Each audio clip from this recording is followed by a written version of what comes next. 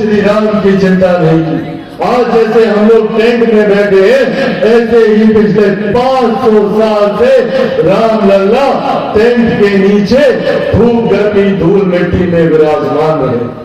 पहली बार देश में कोई ऐसा प्रधानमंत्री आया और उन्होंने अयोध्या में भव्य राम मंदिर का निर्माण कर प्रभु श्री राम की प्राण प्रतिष्ठा इस मंदिर में करवाने का काम किया। सावधान रहने की, जिन्होंने सिर्फ हमें जात पात में बांटने के अलावा और कोई कार्य नहीं किया।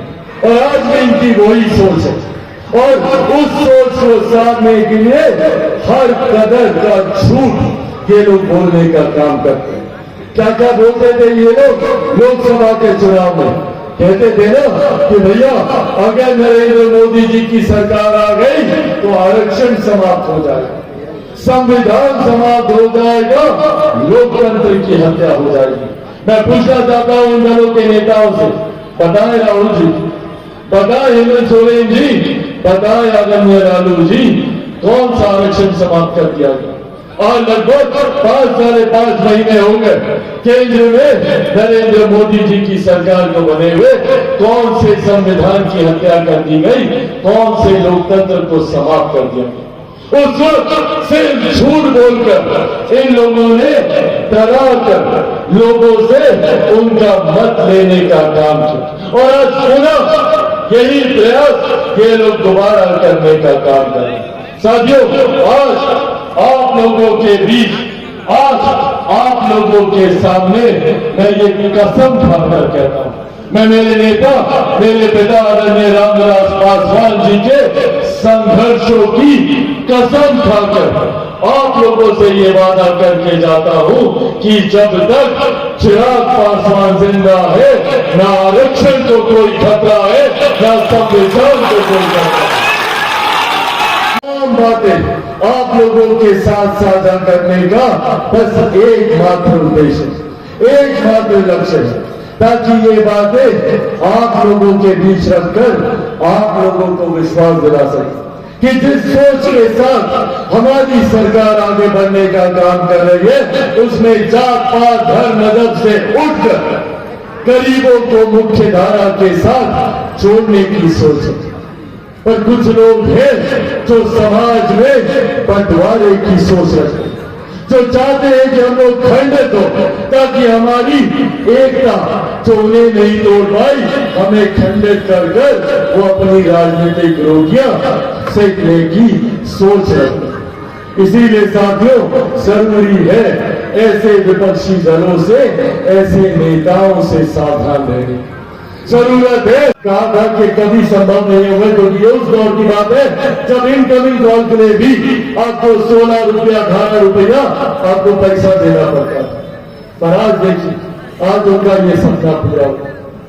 आज भी मुझे गर्व होता है कि उनके जाने के लगभग 4 साल के बाद आज भी दुनिया की सबसे बड़ी गरीब कल्याण की योजना, जिसको हमारे देश में प्रधानमंत्री गरीब जन कल्याण योजना के नाम से जाना जाता है, आज ये हमारे नेता, मेरे पिता आदरणीय रामविलास पासवान जी की देन है कि आज उनकी वजह से इस योजना के तहत देश में 80 करोड़ लोगों को मुफ्त में अनाज दिया जा रहा है। ये सोच हमारे नेता आदरणीय रामविलास पासवान जी की है, ये देश हमारे प्रधानमंत्री आदरणीय नरेंद्र मोदी जी की नहीं होगा। और उन्होंने हर संभव प्रयास किया, गरीबों से जुड़े हुए हर कार्य को उन्होंने धरातल पर उतारने का काम किया। आज जब मैं अपने युवा साथियों को देखता हूं कि हाथ में कैमरा पकड़े हुए मोबाइल फोन से तस्वीरें लेते, मुझे याद है जब वो संचार मंत्री थे, उस वक्त पहली बार देश में मोबाइल फोन आए थे और उस वक्त ये अमीरों की जागीर माने जाते थे ये मोबाइल फोन। उस वक्त मेरे पिता आदरणीय रामविलास पासवान जी ने ये संकल्प लिया था कि जब तक हर रिक्शा वाला, हर ठेला वाला, हर गरीब आदमी के हाथ में ये मोबाइल फोन नहीं पहुंचेगा, तब तक वो संघर्ष अपना जारी रखेंगे मोबाइल फोन को घर घर पहुंचाने। उस वक्त विपक्ष के कई नेताओं जब एक पुत्र होने की हैसियत से अपने पिता के साथ यही सड़कों पर हम लोग घूमा करते थे। उस वक्त इतनी सुख सुविधाएं नहीं होती थी। अभी हमारे साथियों में याद दिला रहे कि साइकिल से हमारे पिताजी चला करते थे। ये वही गलियां हैं, ये वही सड़कें हैं जहां पर उनके साथ बचपन में ना जाने अनेकों बार आने का सौभाग्य प्राप्त हुआ। पर आज साथियों, जब यहां पर आया हूं तो एक सपना लेकर आया, एक लक्ष्य के साथ आया हूं, एक संकल्प के साथ आया हूं कि मेरे नेता, मेरे पिता आदरणीय रामविलास पासवान जी के अधूरे सपनों को पूरा करना।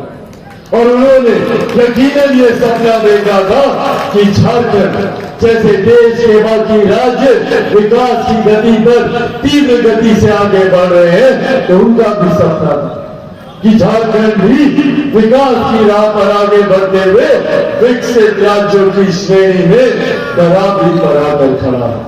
उसके साथ हमारी सरकार काम करेगी, जिस सरकार का मजबूती से समर्थन और जिस सरकार में मजबूत नेतृत्व मेरे नेता, मेरे पिता आदरणीय रामविलास पासवान जी का भी रहा। आज जब यहां आप लोगों के बीच उपस्थित हूं तो किसी सरकार के मंत्री की हैसियत से नहीं, किसी गठबंधन के नेता की हैसियत से नहीं, बल्कि आपका भाई, आपका बेटा बनकर आया हूं, क्योंकि ये वो धरती है जिसने मेरे नेता, मेरे पिता को अपार प्यार, अपार स्नेह देने का काम किया। मुझे याद है